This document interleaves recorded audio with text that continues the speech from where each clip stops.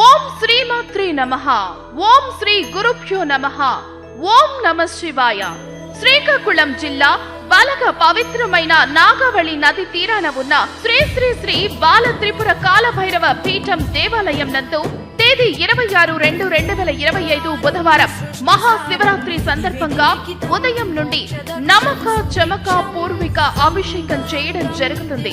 అనంతరం రాత్రి 12 గంటల నుండి 11 అడుగుల మృత్తిక శివలింగాన్ని ఆవిష్కరించి లింగోద్భవం చేస్తూ అనంతరం విశేష పుష్పార్చన, జలాభిషేకం, ద్వాదశ హారతి సేవ మరియు వివిధ రకముల భక్తి జాగరణ కార్యక్రమాలు జరపబడ్ను.